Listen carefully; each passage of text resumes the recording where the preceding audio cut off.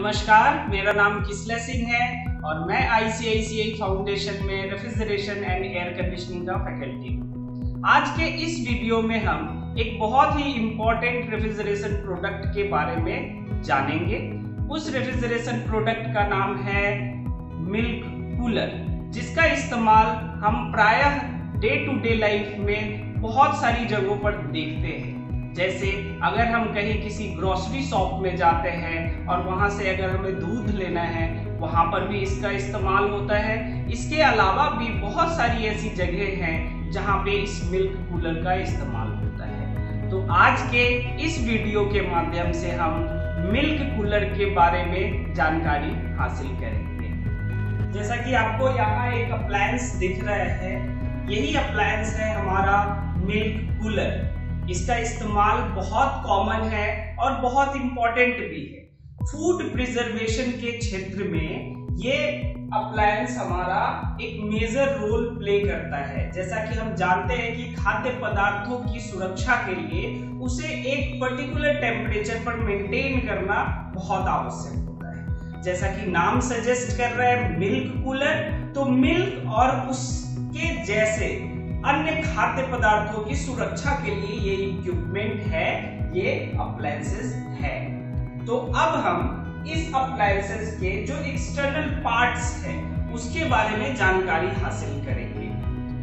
तो आइए अब मैं आपको लिए चलता हूं, इसके एक्सटर्नल पार्ट्स के बारे में आपको बताता हूं।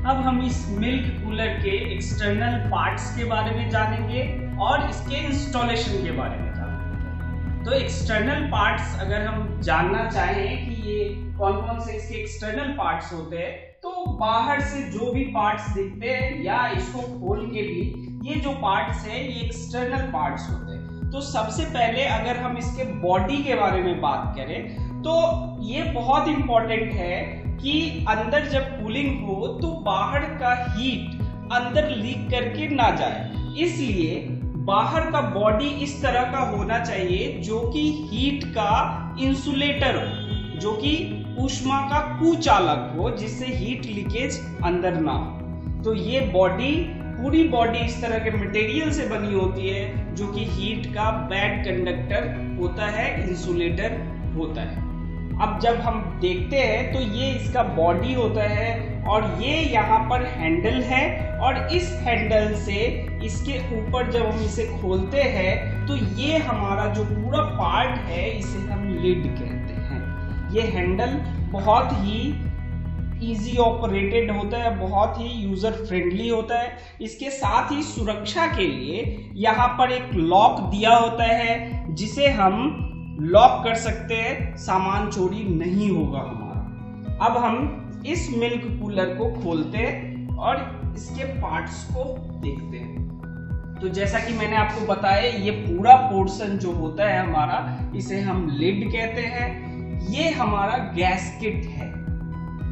गैस्केट हमारा वैक्यूम के प्रिंसिपल पर काम करता है। जब हम इसे बंद करते हैं तो ये पूर्ण लॉक सुनिश्चित करता है। जब हम इसे खोलते हैं तो थोड़ा सा हमें इसे जोड़ लगाना होता है, तब जाके ये खुलता है। तो ये हमारा गैस्केट हो गया।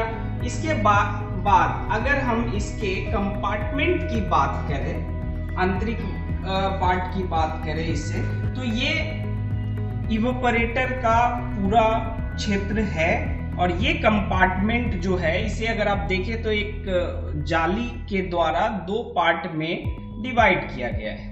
एक कंपार्टमेंट हमारा बड़ा होता है जिसका एरिया अधिक होता है, दूसरा कंपार्टमेंट हमारा छोटा है।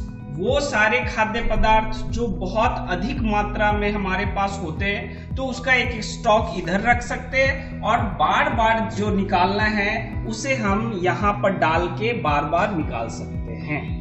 इस लिड को अनावश्यक रूप से बार बार नहीं खोलना चाहिए। जितनी बार खोलते हैं ये इवेपोरेटर और इसमें मौजूद जो खाद्य पदार्थ है वह वातावरण से एक्सपोज होता है और वहां पर हीट की लीकेज होती है। तो उसे बचाने के लिए हमें इसे बंद रखना पड़ता है। तो ये हमारे कुछ पार्ट्स हो गए जो मिल्क कूलर के एक्सटर्नल पार्ट्स होते हैं।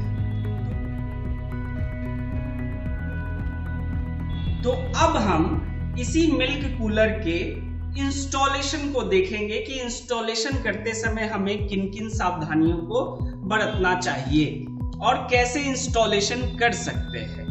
किसी भी मशीन को लेंगे और उसे जब खोलते हैं तो इस तरह का इंस्ट्रक्शन हर एक मशीन पर दिया रहता है, जहां पर डूज और डोंट्स लिखा रहता है। तो पहला डू जो होता है हमारा, वो चीज जो हमें करनी चाहिए वो पहला ये है कि इसे इंस्टॉल करते समय हमें यह सुनिश्चित कर लेना चाहिए कि हम जो साइट सेलेक्ट करते हैं उसके इस मशीन के चारों तरफ एक एक फुट की क्लियरेंस होना चाहिए, वहां पर कोई रुकावट नहीं होना चाहिए। इसके साथ ही जब एक नया मिल्क कूलर हम लेते हैं और उसे इंस्टॉल करते हैं तो अंदर कोई भी सामान रखने से 3 घंटे पहले उसे हमें ऑन करके छोड़ देना चाहिए।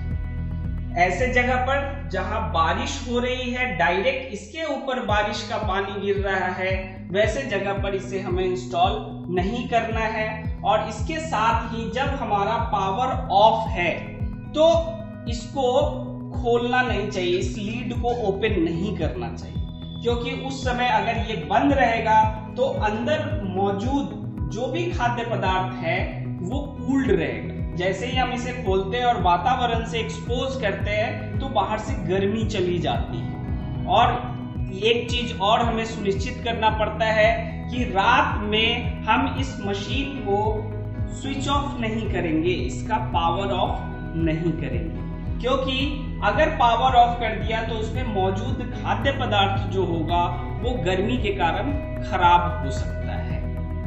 तो ये इंस्टॉलेशन के समय हम इन चीजों का ध्यान रखेंगे। इसके साथ ही एक बहुत महत्वपूर्ण विषय है जिसको हमें ध्यान देना पड़ेगा कि इसका साइट सिलेक्शन करते समय कहां पर इसे लगाना है, तो वो देखते समय हमें यह सुनिश्चित करना है कि इसके पास में इलेक्ट्रिकल सप्लाई होना बहुत जरूरी है। जैसे यहाँ पर अगर ये वायर है, पावर केबल इतना है, तो इसी के अंदर में इलेक्ट्रिकल सप्लाई होना चाहिए। इस पावर केबल को हमें कभी भी पंक्चर नहीं करना है।